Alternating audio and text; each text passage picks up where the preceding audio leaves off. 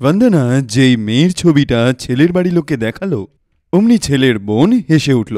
এটা তুমি কি দেখাচ্ছ কাকি? দাদাকে তুমি দেখোনি নাকি ভুলে গেছো দাদা কেমন দেখতে? কেন রে, এই মেয়েটার মধ্যে কি খারাপ আছে? শুধু একটু কালোই তো।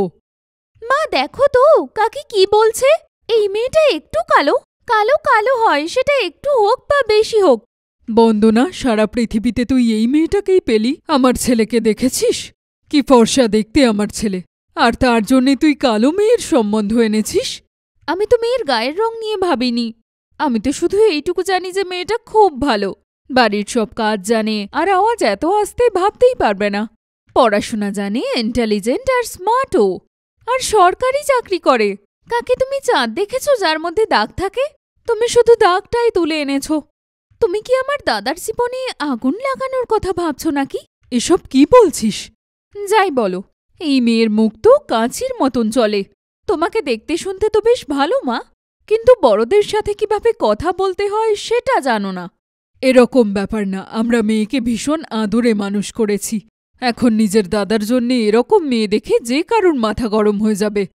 আচ্ছা ঠিক আছে, তাহলে একটা কাজ করি, আমি এই ফটো নিয়ে যাচ্ছি, আর তুমি যেখানে সুন্দর পরি পাবে সেখানেই নিজের ছেলের বিয়ে দিও।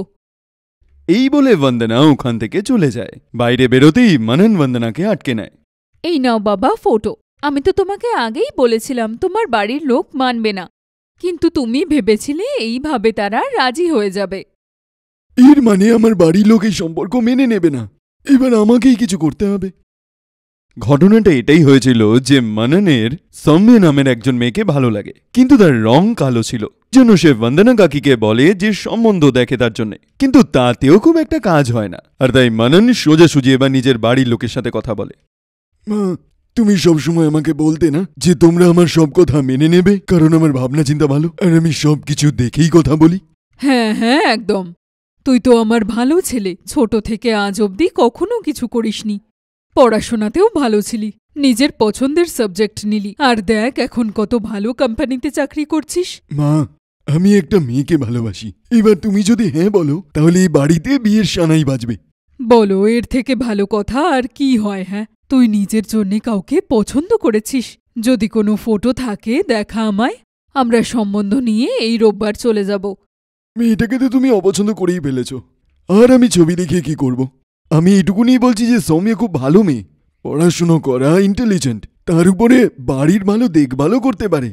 মনন, আমার এটা কেন মনে হচ্ছে যে তুই বন্দনার মতো কথা বলছিস? মেনে নিলাম যে আমার মা খুব ভালো বোঝে। মা, আমি ওই মেয়েটার কথাই বলছি, আমরা দুজন একে অপরকে ভালোবাসি। মনন দাদা, আমি বন্দনা কাকির সাথে ঝগড়া করলাম যে আমার দাদা এত ফর্সা আর ও কোথায় চাঁদের দাগ, আর তুমি এরকম কথা বলছো? না না দাদা, এরকম বৌদি একদম চলবে না। আমার বন্ধুরা কি বলবে? আমি বিয়েটা তোর বন্ধুদের খুশি করার জন্য করছি না। সৌম্যকে আমি জীবনসাথী রূপে বেছে নিয়েছি কারণ আমার মনে হয়েছে যে ওর থেকে ভালো আমি পাবো না। তখনই মননের বাবা ওখানে আসে। কে কার থেকে ভালো নয়, কি কথা হচ্ছে আমাকেও একটু বলো। বাবা বাবা, দাদা একটা মেয়ে পছন্দ করেছে যাকে একদম কালো দেখতে। আমি কি শুনছি মনন? মানসি কি ঠিক কথা বলছে? হ্যাঁ বাবা, মানসি একদম ঠিক কথা বলছে, কিন্তু ও খুব ভালো মেয়ে বাবা। এতটা বড় হয়ে গেছিস যে তুই নিজের সম্বন্ধ নিজেই দেখছিস, মানে কালো মেয়েকে? বাড়িতে যেই সৌমিয়ার ব্যাপারে কথা বলছিল সে তার নাম না নিয়ে শুধু কালো কয়লা বলে ডাকছিল। ওদিকে মানুষও পরিষ্কার বলে দিয়েছে ও কালো মেয়েকে নিজের বৌদি করবে না। এই কথাটা শুনে মননের প্রচণ্ড খারাপ লাগে আর সে ঘরের দিকে চলে যায়।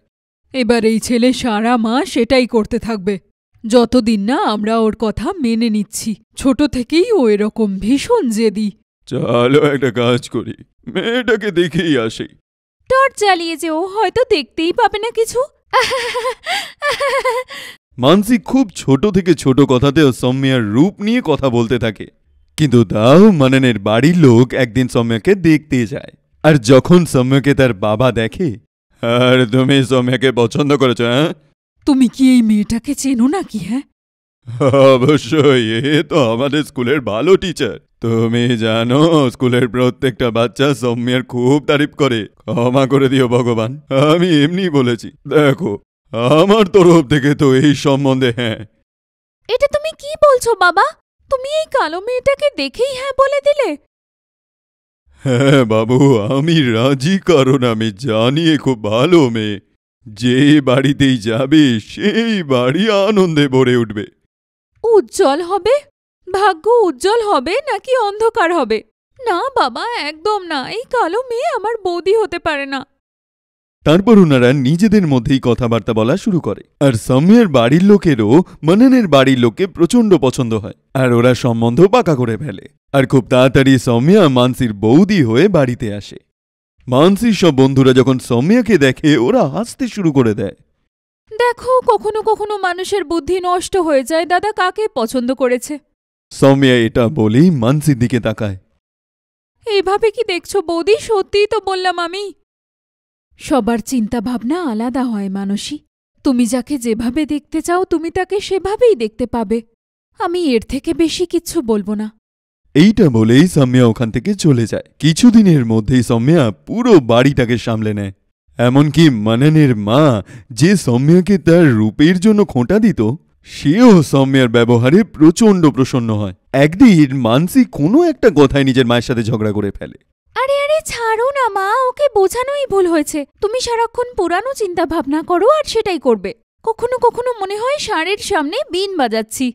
এইটা দেখে সৌম্যার মানসির উপর প্রচণ্ড রাগ হয়, আর ও মানসিকে বলে ফেলে, এটা তুমি কি ধরনের কথা বলছো মায়ের সাথে? কি ভুল বলেছেন উনি? উনি ওনার অভিজ্ঞতা থেকে যা বলছেন ঠিকই বলছেন। ও প্লিজ, তুমি এর মাঝে কথা বলো না। মুখ দেখেছো তুমি নিজের? মানসী, ভগবানকে ধন্যবাদ যে আমায় এই মুখ দিয়েছেন। যদি তোমার মতো মুখ নিয়ে এই ধরনের কথা বলতে হয়, তাহলে আমি জীবনে কোনোদিন ফর্সা হতে চাই না। দেখলে মা, বৌদি আমাকে তোমার সামনে কত কিছু বলল আর তুমি কিচ্ছু বললে না। কি ভুল বলেছে বৌমা? যা বলেছে ঠিকই তো বলেছে। তোর মতো মেয়ে নিজের সামনে কাউকে কিচ্ছু ভাবে না, এমনকি নিজের মাকেও না। তাহলে এই সুন্দর মুখ নিয়ে আমি কি করব? তোর থেকে ভালো তো সৌম্যা, দেখ কত মান সম্মান দেয় আমাকে। নিজের মায়ের কথা শুনে মানসি ওখান থেকে চলে যায়। মাম্মিজি, ও আপনার সাথে খারাপ ব্যবহার করছিল তাই আমার রাগ হয়ে যায়, আর কিছুই না। মানসীর উপর আপনি রাগ করবেন না মা। আপনি ওকে ভালোবেসে বোঝালে ও আপনার কথা বুঝতে পারবে। নয়তো একবার মুখ থেকে কথা বেরিয়ে গেলে বারবার বেরোতে পারে। তুমি ঠিকই বলেছ বৌমা, আমার ওকে গিয়ে এখন বোঝানো উচিত।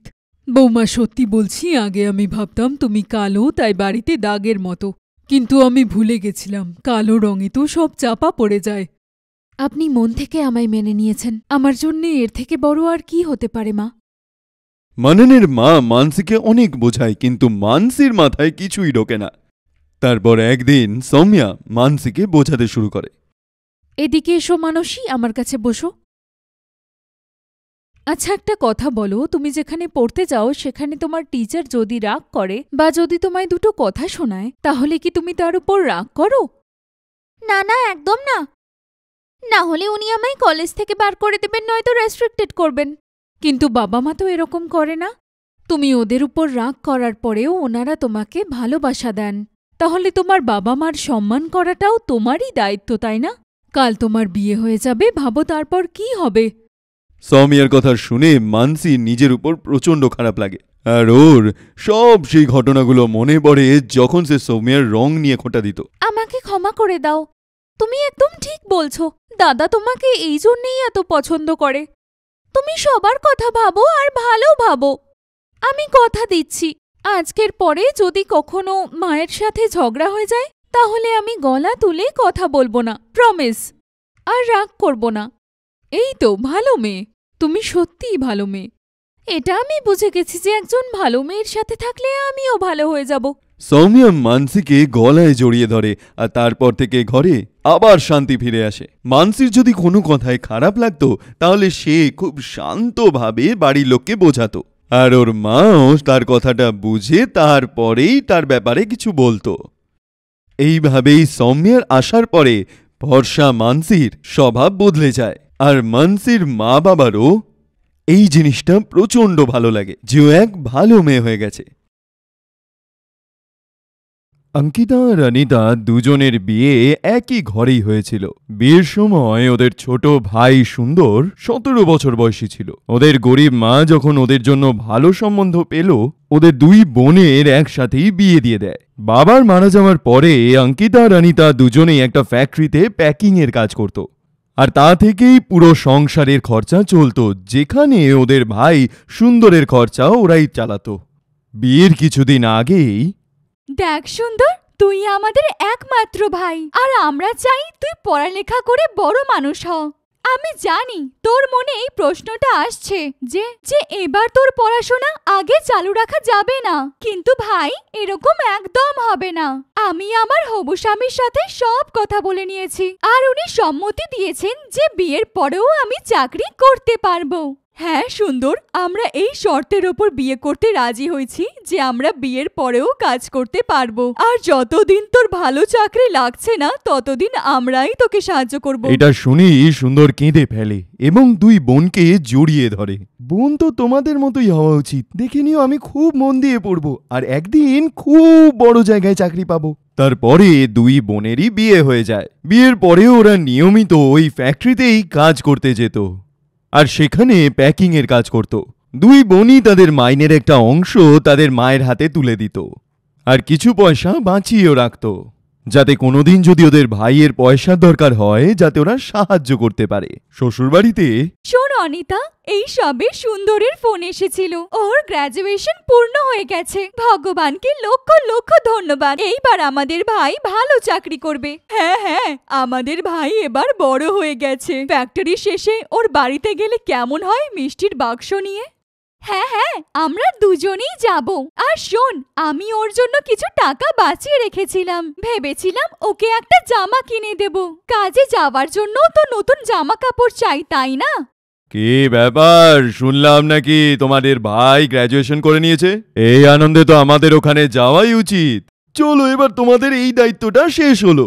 এবার সুন্দর নিজের পায়ে দাঁড়িয়ে পড়বে। পরের দিন সবাই মিলে সুন্দরের বাড়িতে ওকে কনগ্র্যাচুলেশনস বলতে যায়। সুন্দর সবাইকেই বেশ ভালোভাবে অভ্যর্থনা জানায় আর সবাইকে আনন্দ সংবাদটাও জানায় যে ওর কথা একটা বড় কোম্পানিতে পাকা হয়েছে আর ও 1 মাস পরেই ওখানে জয়েন করবে। আরে বা ভাই, তুই তো চমৎকার করে দিলি। তোর মাইনে কত হবে ভাই? 45,000 টাকা। এইটা শুনেই দুই বোন খুব খুশি হয় এবং 1 মাস পরেই সুন্দর কাজ করতে যায়। আর ওদিকে দুই বোন নিজেদের ঘরের কাজে ব্যস্ত হয়ে পড়ে আবার। তারপর একদিন ওদের কাছে ওদের মায়ের ফোন আসে আর জানায় যে সুন্দরের জন্য একটা সম্বন্ধ এসেছে। আরে কাল মেয়েদের বাড়ি থেকে লোক আসছে, তোরা দুই বোন সকাল সকালই চলে আসবি, তোদের ছাড়া সুন্দরের বিয়ে হবে না। হ্যাঁ মা, আমরা দুজনে কাল সকালেই চলে আসব, তুমি চিন্তা করো না। সময় কত তাড়াতাড়ি চলে যায় বল। দেখ তো, আমাদের সুন্দরের জন্য সম্বন্ধ এসেছে। ভগবান করুক আমাদের বৌদি যেন অনেক ভালো হয়, যাতে আমাদের সম্পর্ক এইভাবেই টিকে থাকে। পরের দিন দুই বোন নিজেদের মায়ের বাড়িতে চলে আসে আর সুন্দরের শ্বশুরবাড়ির লোকজন বেশ বড় লোক লাগছিল দেখে। বাইরে অনেকগুলো গাড়ি দাঁড়িয়েছিল। দুই বোন দেখছিল যে মেয়েও ওদের সঙ্গে এসছে। যেই কোম্পানিতে সুন্দর কাজ করে ইনি হচ্ছে তার মালিক, আর ইনি ওনার মেয়ে। আমাদের সুন্দরকে ওনার মেয়ে খুব পছন্দ করে, আর ওদের ইচ্ছা যে যত তাড়াতাড়ি সম্ভব তত তাড়াতাড়ি বিয়ে হয়ে যায়। এর থেকে ভালো কথা আর কি হতে পারে মা? ওরা ওখানে সুন্দর আর দামিনীর এনগেজমেন্ট করিয়ে দেয়। দামিনী দেখতে খুব সুন্দর ছিল, কিন্তু প্রচন্ড অহংকারী ছিল। অনিতা আর সঙ্গীতার সঙ্গেও খুব কমই কথা বলে।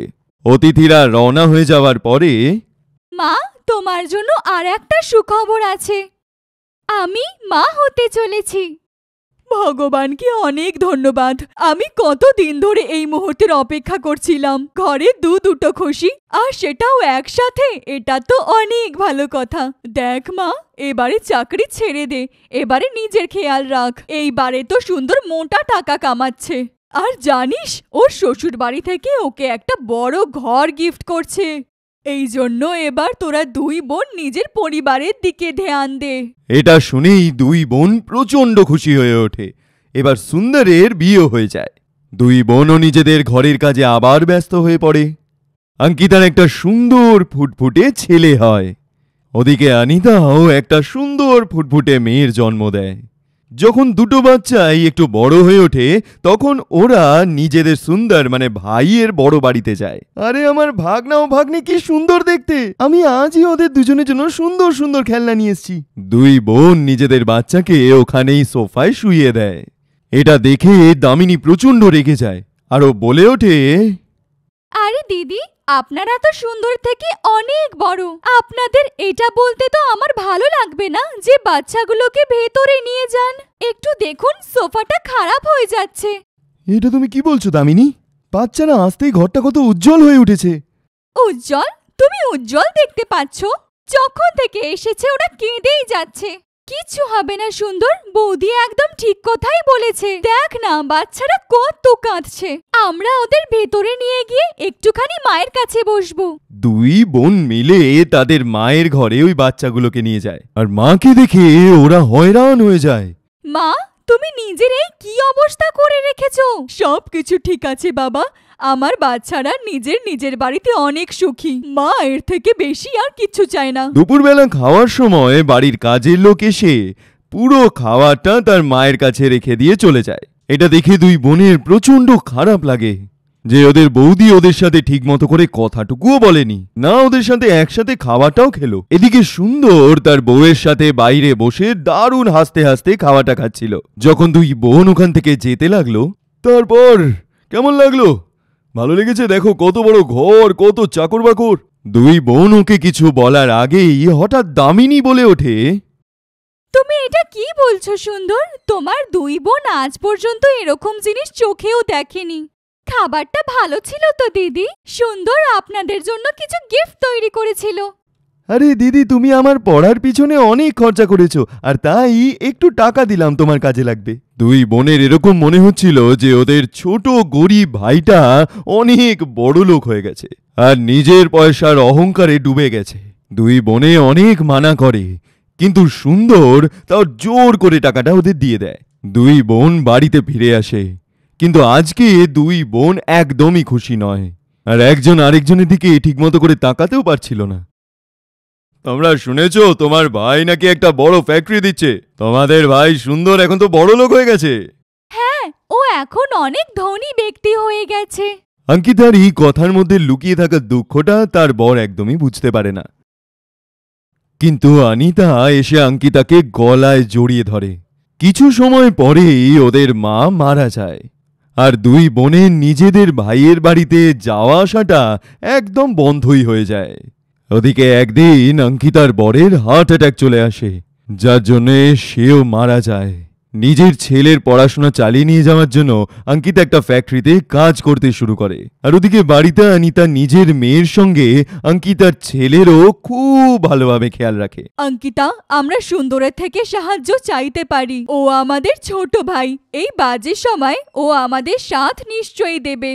না, সুন্দরকে বললে কোনো লাভ হবে না। তোর মনে আছে যেদিন উনি মারা গেলেন সেদিনও কিছু সময়ের জন্যই এসেছিল, তখনও বুঝতে পারিনি, তাহলে এখন কি বুঝবে? একদিন ফ্যাক্টরির মালিকের বউয়ের জন্মদিন উপলক্ষে সবাইকে খাওয়ার দাওয়ারের জিনিস দেওয়া হচ্ছিল আর অঙ্কিতাও সেই লাইনে দাঁড়িয়েছিল। যখন অঙ্কিতার সময় এলো, ওর সামনে গিয়ে নিজের দুটো হাত এগোলো। যখন অনেকক্ষণ পরে ওর হাতে এই জিনিসটা দেওয়া হলো না, তো নিজের মাথাটা তুলে দেখল সামনে সুন্দর দাঁড়িয়েছিল। অঙ্কিতা এটা জানতো না যে সে তার ভাইয়ের ফ্যাক্টরিতেই কাজ করছে। অঙ্কিতার সঙ্গে সঙ্গে নিজের হাতটা নিচে নামায় আর ওখান থেকে বেরিয়ে যায়। সুন্দর একজন কর্মচারীকে কাজটা দিয়ে নিজের বোনের পিছনেই দৌড়তে থাকলো। অঙ্কিতা দিদি, তুমি এখানে চাকরি করো? তুমি তো কখনো বলনি আগে। মনে হচ্ছে আমার ভাই সুন্দর অনেক বড় লোক হয়ে গেছে, তাই তো ও নিজের গরিব বোনেদের কখনো চোখে দেখতেই পায় না। যা ভাই, চলে যা, নিজের শ্বশুর বাড়িতে গিয়ে আরামের জীবন কাটা। তোর গরিব বোনেদের নিজেদের পরিস্থিতিতেই থাকতে দে। এটা বলেই অঙ্কিতা ওখান থেকে বেরিয়ে যায়। কিন্তু সুন্দরের চোখের সামনে থেকে ওই দৃশ্যটা সরছিলই না যে ওর বোন ওরই সামনে দু হাত পেতে দাঁড়িয়েছিল। ও তখনই নিজের চেকবুকটা বের করে আর সেই সময় দামিনী ওখানটায় চলে আসে। তুমি কি কোনো পেমেন্ট করছো? না, আমি ভাবছি আমার দুই দিদিকে সাহায্য করব। তার মানে তুমি পিঠ পিছনে এই কাজ করো? তুমি তোমার দুই বোনকে টাকা পয়সা দাও? ভাবতেও পারিনি যে তুমি এরকম করবে সুন্দর। যেমনটা তুমি ভাবছো এটা সেরকম নয়। আসলে আমার দুই বোনই খুব আত্মাভিমানী। এত অর্থাভাবের মধ্যেও আমার কাছে হাত পাতেনি। আমি একটা ভালো ভাই হয়ে উঠতে পারিনি। আমার বোনেরা বিয়ে হয়ে যাওয়ার পরেও আমার পড়াশোনার জন্য চাকরি করে, আমাকে বড় করে তোলে। আর আমি আমার দুই বোনকে কিভাবে ভুলে গেলাম? শোনো সুন্দর, যদি তুমি তোমার দুই বোনের সাহায্য করো বা ওদের এই ঘরে নিয়ে এসো, তাহলে আমি এই ঘর ছেড়ে চলে যাব। দামিনী, তোমার যদি এটাই ইচ্ছা হয় তাহলে তুমি যেতেই পারো। আর এমনিতেও আমার বোনেরা আমার জন্য যতটা করেছে আমি তো তাদের জন্য কিছুই করতে পারিনি। আর তুমি কখনোই আমার জন্য এতটা ভাবতে পারবে না। এই ঘরটা আমার বাবার। কোনো ব্যাপার না। দেখলে তো তুমি ফট করে কিরকম ঘরের খোঁটাটা আমায় দিয়ে দিলে। কিন্তু আমার বোনেরা আজ পর্যন্ত আমাকে কোনো রকম খোঁটা দেয়নি। তুমি তোমার ঘরে থাকো, আমি আমার বোনেদেরকে আমার কাছে রাখবো। আর এটা বলেই সুন্দর নিজের বোনের কাছে যায় এবং ওদের কাছে গিয়ে পায়ে ধরে ক্ষমা চায়। আমাকে ক্ষমা করে দাও, আমার চোখের উপর টাকার পর্দা পড়ে গেছিল। দেখ সুন্দর, আমাদের জন্য নিজের ঘর ভাঙিস না। যা গিয়ে তোর বউকে মানা। তুই আমাদের কষ্ট বুঝতে পেরেছিস, এটাই আমাদের জন্য অনেক বড়। সুন্দরীর পিছন পিছন দামিনীও ওদের বাড়ি এসেছিল। ও যখন দুই বোনের থেকে এটা শুনতে পেল তখন ওরও খুব খারাপ লাগে। আমায় ক্ষমা করে দাও, তোমার দুই বোন খুব ভালো। আমি ভুল বুঝতে পেরে গেছি। এবার আমরা দুজন মিলে ওদের সাথ দেব। এইভাবেই আরো একবার সব ভাই বোনে একসাথে হয়ে গেল।